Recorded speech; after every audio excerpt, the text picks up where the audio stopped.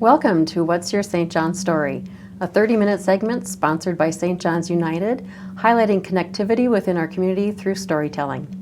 I'm Rachel Simonson with the St. John's Foundation, and today we're talking about volunteerism. And my guests today are Carissa Welsh, Director of Volunteer Services at St. John's United, and Carol Blackwell, who has been a longtime volunteer at St. John's United. And I'm going to have you each introduce yourselves, and then we'll dig deep into what it means to be a volunteer. So, Carissa. Well, my name is Carissa Welsh, and I'm the Director of Volunteer Services at St. John's. I've been with St. John's for almost 5 years, overseeing the volunteer programs on our main campus at the West End, as well as the Heights, Laurel, and Red Lodge. Wonderful. Thanks for being here today. And Carol, you have been a volunteer for how long at St. John's? Well, I retired I think it was 2012, the first time. And then I continued to work part-time for another 4 years, so that kind of influenced how much I could volunteer. I also became a member of the St. John's board at that time. And I found that was really a fun thing to do. The variety of different ways to be a volunteer. You could be work with the summer concerts, or I did help with doing some hospice work, and so being a vigil volunteer, took a class to help feed people. Just went and did things whenever they needed a hand. Planted. That was planting flowers, and what a joy! Mm-hmm. All the people who were walking by and offered their opinions about how and what you should plant where, just in general, being on campus and seeing people relating to one another, that was a big joy for me. Yep, and we will talk a lot more about that breadth of experience that you have had at St. John's and the contributions that you have made. I'm going to pivot back to Carissa and talk a little bit about the origins of St. John's, because volunteerism has been at the core of St. John's since day one. Since day -10, really. St. John's was formed, as I think was covered on previous programs, by a group of Lutheran community members who recognized a need for senior services, senior housing in Billings in the late 1950s. And part of that group was ladies' auxiliaries that wanted to help these older adults into their new homes. So in preparations and designing St. John's, and then once people were ready to move in, helping them physically move in, get set up, and then helping out with their daily activities once they were here, throwing birthday parties and bingos, and it's grown and grown since those early days on Wing 1 on the corner of Rimrock and Shiloh. Absolutely. I think there were shoppers too. Shoppers People who went and as well. shopped. Yeah. And somebody who helped with mending their clothes or doing some things like that if they didn't have family, we found somebody who would help do that. Yes, absolutely. Well, and the shoppers became back into focus during the COVID time, for sure. We'll talk a little bit about how COVID has impacted volunteers all over our community, but certainly at St. John's. But tell us a little bit more, Carissa, about your experience with being a volunteer. You came to St. John's with a wealth of volunteer coordinating experience. Talk to us a little bit about your history with volunteerism. Well, the first formal volunteer job I think I had was selling Girl Scout cookies when I was 5 or 6, and then volunteering with the Red Cross when I was 11 as a junior lifeguard, and then lots of volunteer experiences after that with the Red Cross, at an adult day services community, and most recently, before coming to Montana, I volunteered with the Red Cross overseas with service to the armed forces in Europe. Being over there as a military spouse was hard to get a job. So I was a pretty much full-time volunteer, working about 30 hours a week, overseeing their volunteer programs. I'm a social worker by trade, working with older adults. And so it was a fun experience getting to work with the military resiliency programs for families and service members. So volunteering has always really been a big part of my life personally and now professionally as well. Well, something interesting that you said, you used the word work as a volunteer, because volunteering is work and it has a very significant impact on an organization providing work product. Can you talk a little bit about maybe St. John's? Prior to COVID shutting us down, we were really blossoming with the volunteer program. What impact was that having on the business of St. John's? Prior to COVID, our numbers were fantastic. We had just started really trying to capture our volunteer numbers in a database in a very formal way, having volunteers log their hours online. And so we had 317 volunteers, individuals throughout all of our campuses, and they contributed over 12,000 hours of volunteerism, doing everything from visiting to helping with activities. Driving was huge, vigil volunteering, hospice volunteering, administrative. So volunteers have been embedded in all aspects of St. John's. I think the current value of a volunteer hour nationwide is up to around $28 per hour. In Montana, when we take that average, is it a little bit lower to $24 an hour, I believe. And I mean, that's a huge financial impact when you consider the number of hours and the contributions of the volunteers as a whole. Absolutely, because if an organization had to hire those people, the revenue that they generate wouldn't go as far. Absolutely. And when you are a not-for-profit organization, sometimes the dollars just aren't there, and volunteers serve a huge piece of the puzzle there to make the work. Many hands make light work, right? Because the work needs to get done. It's just a matter of having enough hands. And Carol, you've been those hands for years. How did you find your niche with volunteering? Because there's so many ways to volunteer. How did you find St. John's? How did you find your role within St. John's? Well, partly being on the board, but I had been a member of the Women's Auxiliary for a long time and had helped with birthday parties and anything that they was asked to do. But I was a nurse and I had odd hours, so it was hard to have a consistent time or frame to fit that into. But retirement was a very nice thing for me, and I loved being around people, and I loved the elders, and so it just was a good match.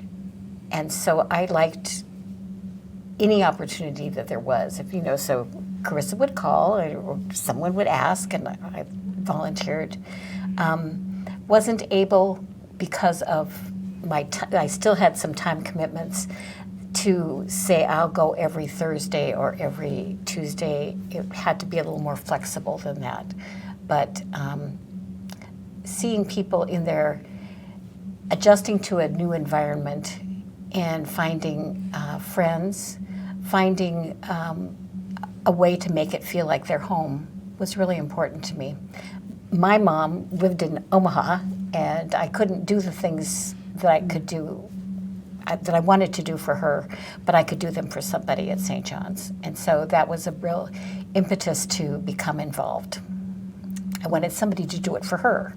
Wonderful. That's very thoughtful of you to be able to pay it forward to somebody else when you couldn't do it for your mom, just because of distance.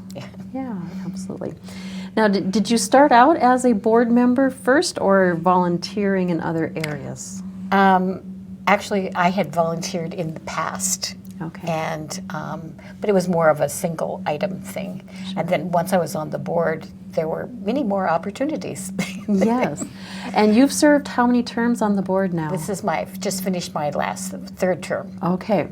And each term is 4 years, correct? Well, they Or is were it 3 years. 3 years, okay. Yeah, so 9 years. So you've put in a lot of time in leadership, volunteer leadership at St. John's. How has your volunteering with the residents informed your leadership volunteerism? Because you actually see how we are treating our people and what their home environment is like. Would you want to be here? And how can, what simple things often could be done to make it a little bit better? And any suggestion has been listened to. And I think that's very important. And the residents feel as though they have been listened to as, equally.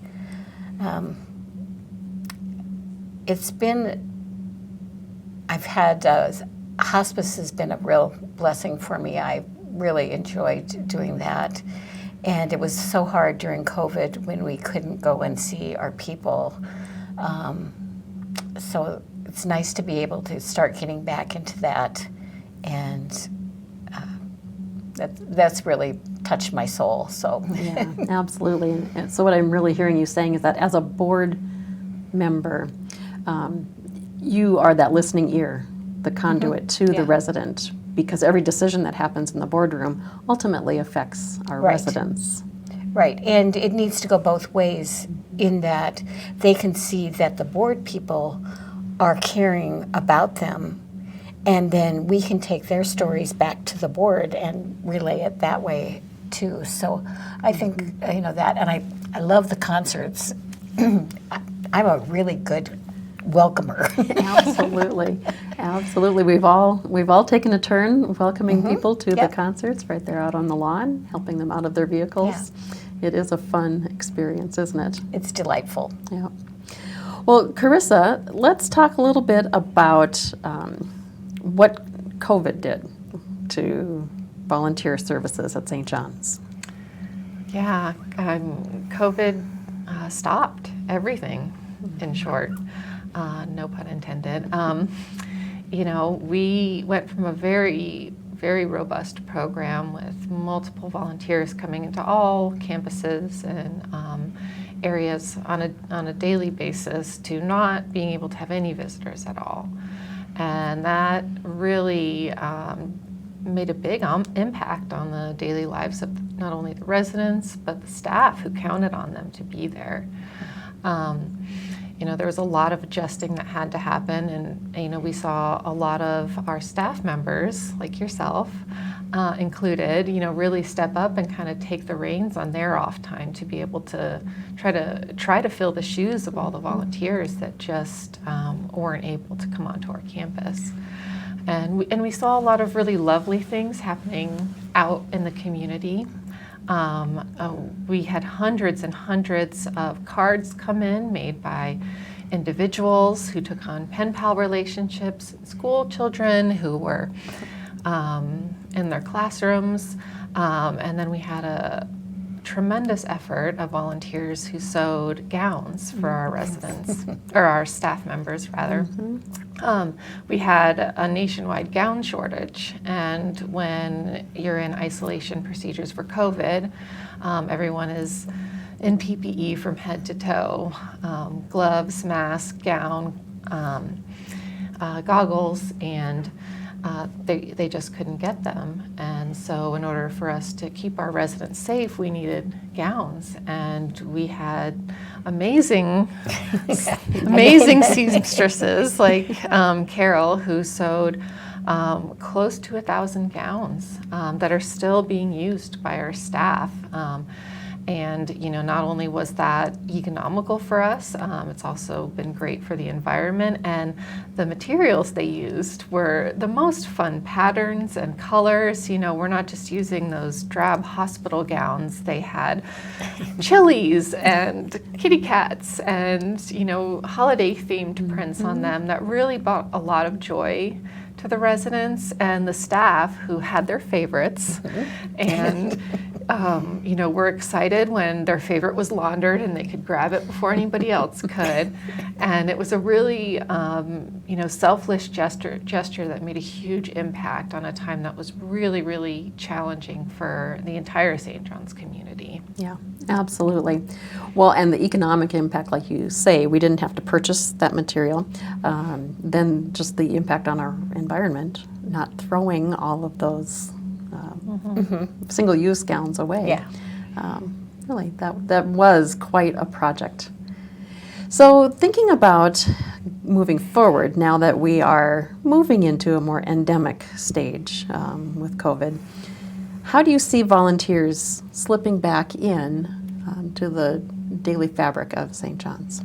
Well, we've been open to volunteers now for a year, reintroducing them into all aspects of life. And because our volunteers are unpaid staff, you know, our volunteers have to, are willing to amazingly come to an orientation and go through a background check, and also still wear masks and things like that. But other than that, volunteers are back in full force, and we have a lot of needs. You know, a lot of people moved on for whatever reason, whether they moved or had a health change or a life change. We have a lot of open positions that need to be filled. So one of the things I'd like to talk to you about, maybe both of you can chime in, but you can't just take any old person and put them in an opportunity to serve. It may not be a good fit. How do you find the right fit for each volunteer? I like to call myself a volunteer matchmaker. You know, the vision, we have a vision statement at St. John's where every day for every age there's healing, meaning, and purpose.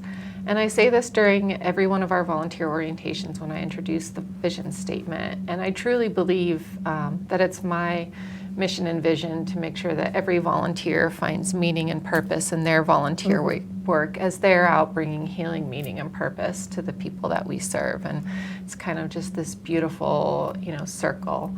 And so I take the time, once the volunteers fill out an application, or sometimes before, to sit down with that person and have a deep conversation about what brings them meaning, and what ways they're comfortable contributing, because not everybody feels comfortable with everything.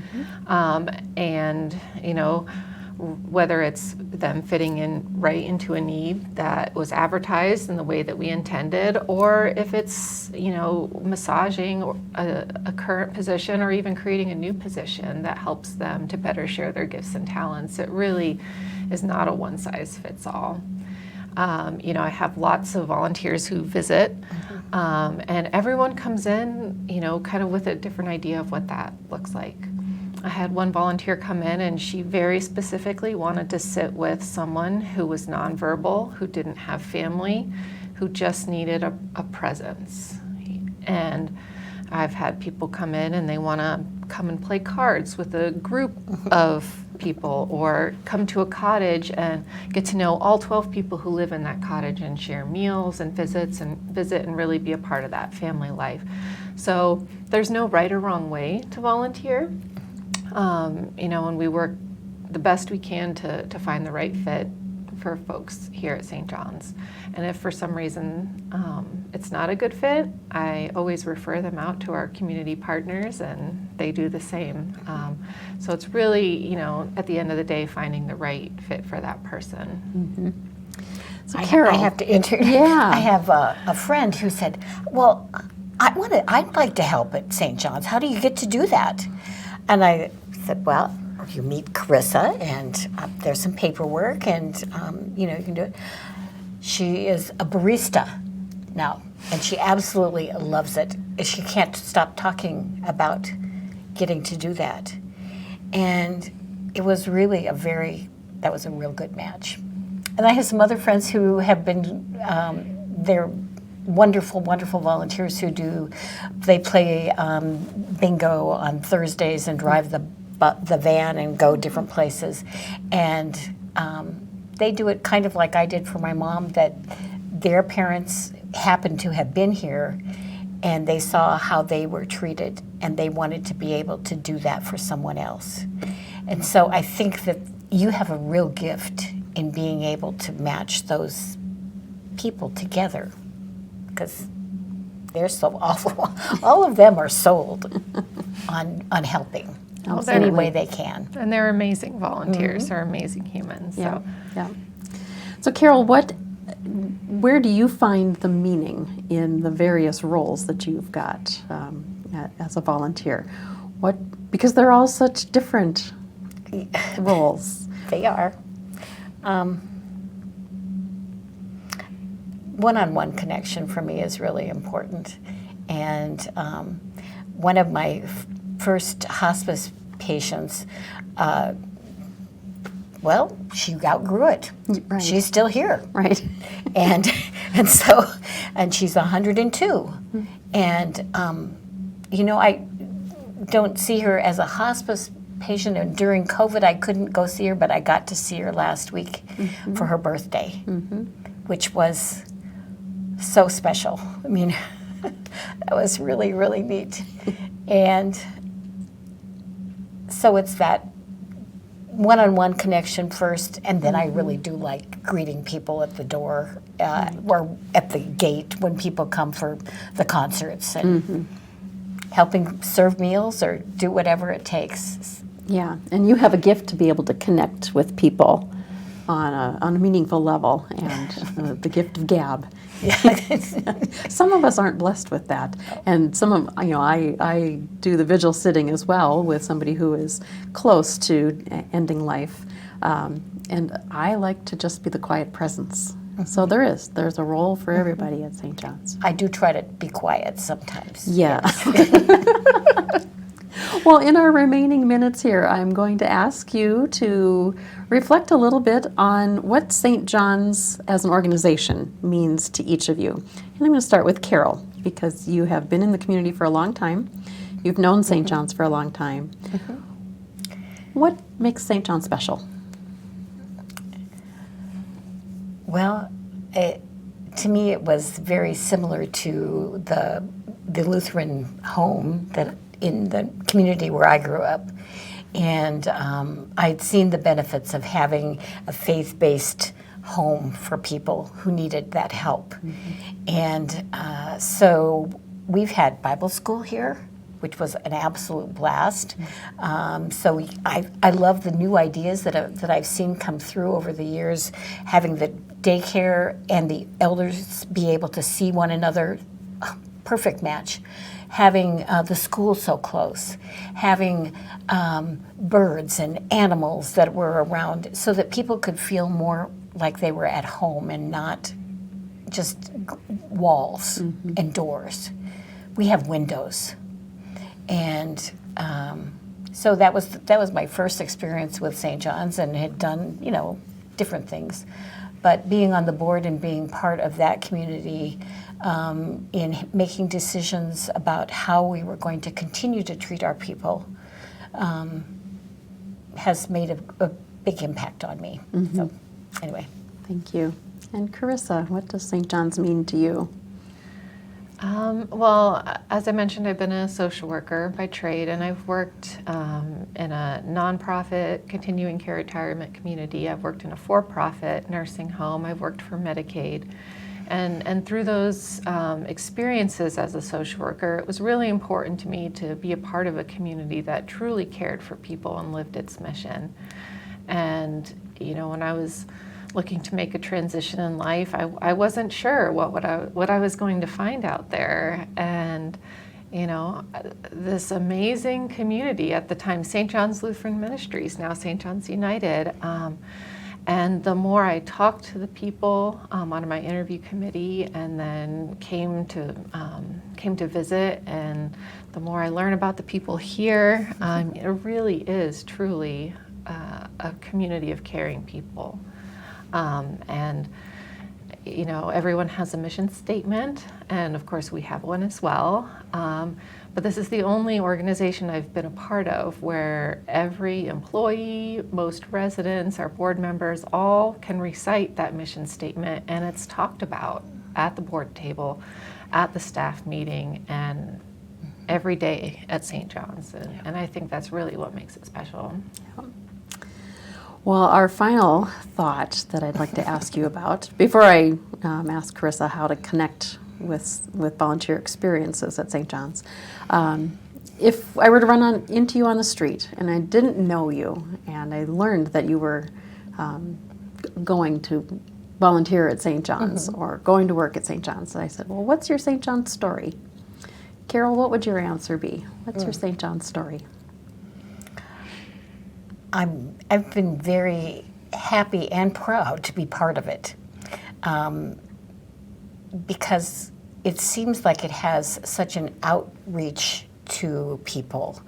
I was a nurse, and so I loved that when I had people that were going to go there or had come from there, I knew they would have been well cared for, they would continue that, and that was a real important part to me, to make sure that that stayed at the top-notch place that it could be. And it has been, and it will continue to be, because there's so many people who really care about it and want it to stay that way. So Yeah, thank you for that. And thank you for your part in that, making sure that it's a top-notch caregiving place. And Carissa, what is your St. John story? Well, I talked about the mission, so I should probably start my St. John's story with saying I provide living opportunities within nurturing environments of hope, dignity, and love. And, you know, I came here as an employee, and, you know, I had some personal things going on in transition, and St. John's family became my family and lifted me up through hard times. My son went to daycare here, and I've spent time as a vigil volunteer myself, volunteering for residents in the community, and it really has become part of my life, and the people there are part of my family. So that's my story. Well, that's so wonderful, and you're going to stick to it, right? And I'm sticking to it. You guys are stuck with me. Good. Well, if somebody is interested in exploring volunteer opportunities at St. John's, what is the best way for them to connect with us? Well, you can visit us on our website, stjohnsunited.org/volunteer. You can call me on the phone at 655-7727, or email me at volunteer@sjlm.org. Any of those ways work. And there's volunteer opportunities posted regularly on our website, what our greatest needs are. Right now we're looking for volunteer drivers to take residents to appointments, and we're looking for companions for our residents. And that changes on a regular basis. We also update regularly on Facebook. Thank you for sharing that. Thank you both for what you do at St. John's. And if you are interested, please get in touch with us, because there's great joy in volunteering. Thank you for watching another segment of What's Your St. John's Story, and we'll see you next time. For generations, St. John's has united us with its uplifting vision and lives it has touched. There are thousands of stories about St. John's. Prayers answered for a long-awaited adoption, pain-free relief after healing from injury, settling into a new home for the next phase of life, the comfort of compassionate end-of-life care, the joy that comes from volunteering, and at-home help that supports the fullest life. At St. John's, we are creating community and bringing families together. We offer many services for home, health, and family, from childcare, support for an unplanned pregnancy, and physical therapy, to home health care, senior living services, and hospice care. For all times of life, we are here for you. The heartwarming stories of St. John's are woven into the fabric of our community. What's your St. John's story?